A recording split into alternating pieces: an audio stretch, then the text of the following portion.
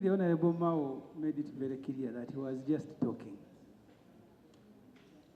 And I don't want to fault him. I was in New Zealand in 2011 in B2. I slept on the mattress that the Honorable Mao left there. And actually, my first meal is what he left before he was taken to Nakasongola. So the Honorable Mao is a victim. What the speaker did yesterday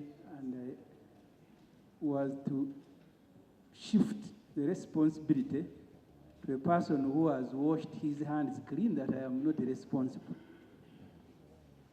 That's why, Mr. Speaker, because I had to go by your guidance, the Attorney General who went to court was here.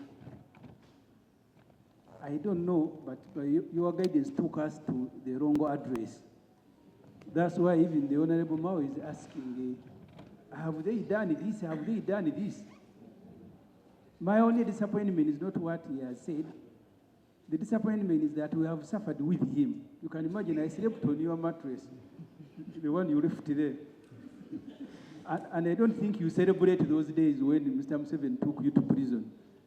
That's why you must lead us in liberating and rescuing people who are suffering the same way you are suffering. That's the only disappointment I have, that you can seek to rationalize the disobeying of a Supreme Court judgment by government agencies. At least your presence there should be like last time when I saw you also regretting why you joined and you are threatening to leave. So if they are not following the Constitution, I have known you, Honorable Norbert Mao, for a long time, since you are an MP here. You've been pushing for constitutionalism. I want to hear that Mao who speaks about constitutionalism and rule of law, not one who rationalizing people who are disobeying Supreme Court order. Mr. Speaker. Thank you. Now, honorable colleagues, yesterday I followed the news. Justice and Constitutional Affairs, I can tell you, it is not illegal to disagree with the law. It is illegal to disobey the law. Our laws put the Supreme Court at the apex of our judicial system. And I said that point. But of course, that was not enough, Mr. Speaker, for the Honorable Ssemujju, because he must associate Mao with what he calls the junta, because that gives him great pleasure. That I'm now a monster, I'm an oppressor, and that's how he will earn his next term in Parliament. So I'm glad you are cooperating with him to make sure his people see him on TV battling this monster which has now swallowed Mao. And that is part of the drama here. For clarification,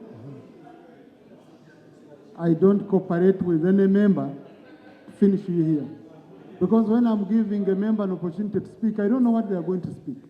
They are members, and so I think it is unfair to say I have cooperated with Ssemujju to swallow you. That's unfair, Honor. Mr. Speaker, the Honorable Ssemujju has more than his fair share of airtime here. And that's why I said you are cooperating with him. Okay.